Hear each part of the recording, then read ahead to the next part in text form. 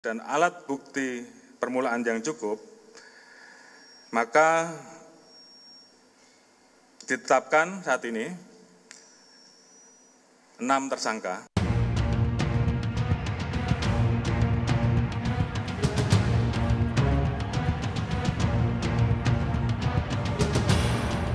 Penyidikan tragedi Kanjuruhan Malang memasuki babak baru. Polri menetapkan 6 orang menjadi tersangka dalam tragedi ini. Ke-6 tersangka dinilai memiliki andil terhadap tewasnya 131 orang pasca laga Arema FC melawan Persebaya Surabaya pada 1 Oktober lalu. Mereka memiliki perannya masing-masing dalam tragedi Kanjuruhan. Tersangka pertama adalah Direktur Utama PT Liga Indonesia Baru Ahmad Hadian Lukita. Ahmad dinilai tidak melakukan verifikasi Stadion Kanjuruhan yang seharusnya wajib dilakukan sebelum pertandingan. Yang kedua, Ketua Panitia Pelaksana Arema FC Abdul Haris.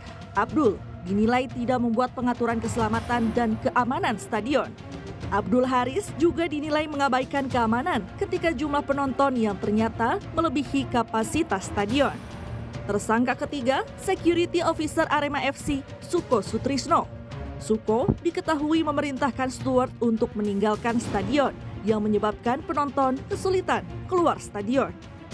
3 tersangka berikutnya adalah Kabag Ops Polres Malang Kompol Wahyu SS, Komandan Kompi 3 Brimopolda Jatim AKP Hasdarman, dan Kasat Samapta Polres Malang AKP Bambang Sidik Ahmadi. Ketiganya dinilai bersalah terkait penggunaan gas air mata di dalam stadion yang secara aturan FIFA dilarang digunakan. Kemudian Saudara Wahyu SS, Kabag Ops Polres Malang, melanggar pasal 359 KUHP atau pasal 360 KUHP. Yang bersangkutan mengetahui terkait adanya aturan FIFA tentang larangan penggunaan gas air mata.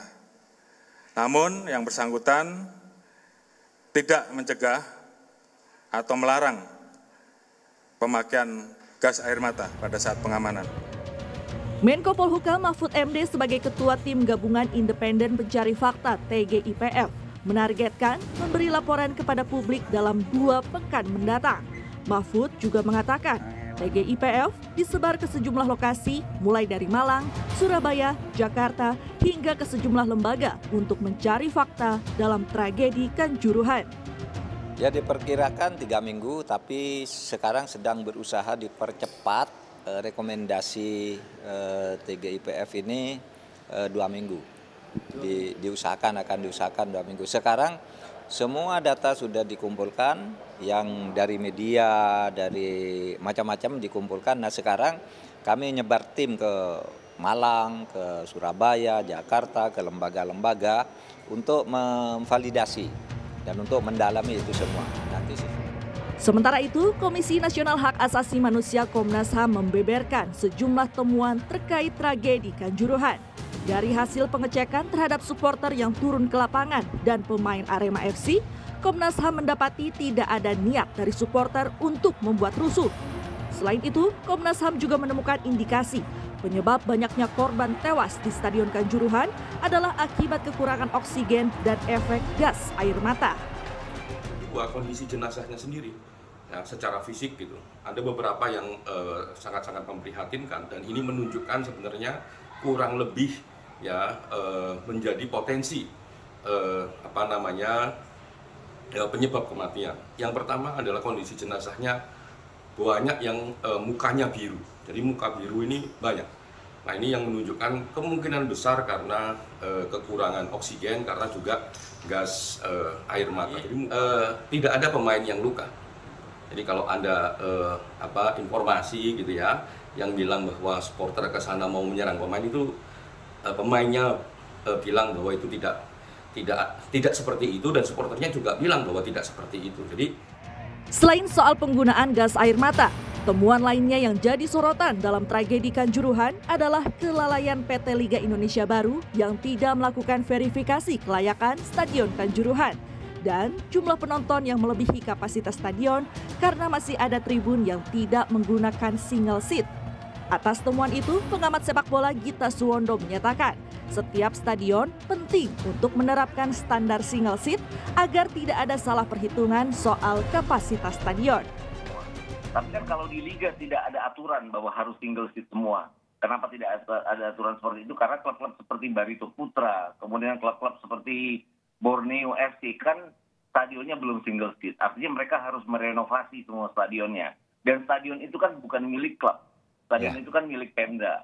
Kecuali seperti halnya stadion di Bali United, di mana ownernya bekerja sama dengan Pemda untuk memperbaharui stadion itu selama 20 tahun ke depan. Itu kenapa owner dari Bali United terus-menerus untuk merenovasi stadion itu sampai dengan standar FIFA, termasuk ke tempat penontonnya. Nah, hal-hal seperti itu yang mungkin harus segera dilakukan, bahwa setiap stadion harus single seat sehingga tidak ada alasan bahwa kapasitas berlebihan karena tidak single seat. Walaupun sebenarnya tragedi Kanjuruhan yang menelan 131 korban jiwa jadi catatan kelam pertandingan sepak bola di tanah air. Pengusutan tuntas dan evaluasi mutlak dilakukan agar peristiwa ini tidak terulang. Tim Liputan Kompas TV. Untuk mengetahui perkembangan terkininya, kita akan segera bergabung dengan jurnalis Kompas TV Via Irmar di Mapolres Malang, Kabupaten Jawa Timur. Selamat siang, Via. Pasca penetapan 6 tersangka tragedi Kanjuruhan malam tadi, apakah hari ini ada saksi ataupun tersangka yang akan diperiksa? Ya, selamat siang Pak Skalis dan juga saudara. Hingga siang hari ini ada 19 saksi yang masih diperiksa oleh polisi di Polres Kabupaten Malang untuk melengkapi berkas-berkas yang ada sehingga tragedi Kanjuruhan ini bisa diusut secara tuntas mulai dari hulu hingga ke hilir.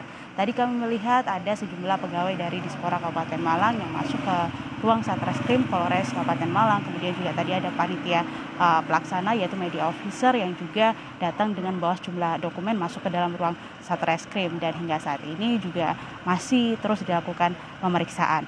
Selain pemeriksaan lanjutan yang dilakukan oleh polisi, nah ini juga kami mendengar atau mendapatkan informasi rencananya tim gabungan independen pencari fakta yang diketuai oleh Menko Polhukam Mahfud MD juga rencananya akan bertolak ke Malang, Jawa Timur untuk mencari dan juga menemukan sejumlah barang bukti dan juga fakta-fakta yang ada untuk bisa menyelesaikan atau menyelesaikan atau membuka apa penyebab-penyebab dari tragedi Kanjuruhan yang terjadi pada hari Sabtu malam kemarin. Informasinya ada Doni Monardo dari tim TGIPF yang akan datang.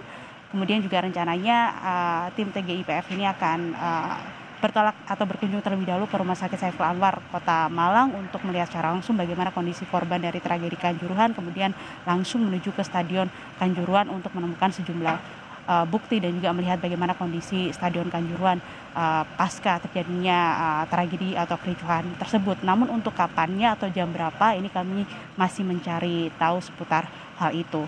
Dan memang sesuai dengan instruksi dari Presiden, Pak Skalis dan juga saudara, bahwa langkah-langkah cepat dan juga tepat ini harus segera dilakukan untuk bisa mengungkap siapa yang kemudian penyebab-penyebab mulai dari hulu dan juga hilir dari tragedi ini, termasuk juga bagaimana manajemen dari penyelenggaraan pertandingan sepak bola, kemudian juga apakah ada langkah-langkah antisipatif atau langkah-langkah darurat ketika terjadi kericuhan atau mungkin ada potensi yang berbahaya dari sisi keamanan. Nah, ini nantinya yang akan berusaha diungkap oleh tim gabungan independen pencari fakta. Seperti itu, Pak Skalis.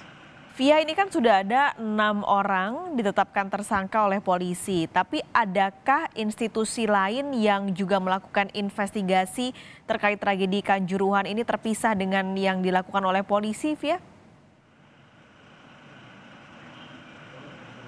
Ya, sejauh ini yang kami terima untuk institusi lain yang mencari investigasi sendiri, yaitu diantaranya ada Kompolnas juga yang beberapa waktu lalu juga datang dan juga meninjau secara langsung di Stadion Kanjuruhan. Kemudian juga Komnas HAM juga menerima sejumlah laporan juga dari para supporter dan juga beberapa pihak terkait bagaimana peristiwa ini bisa terjadi. Seperti itu, Pak Skalis. Baik, terima kasih Via Irmar melaporkan langsung dari Mapolres Malang, Jawa Timur.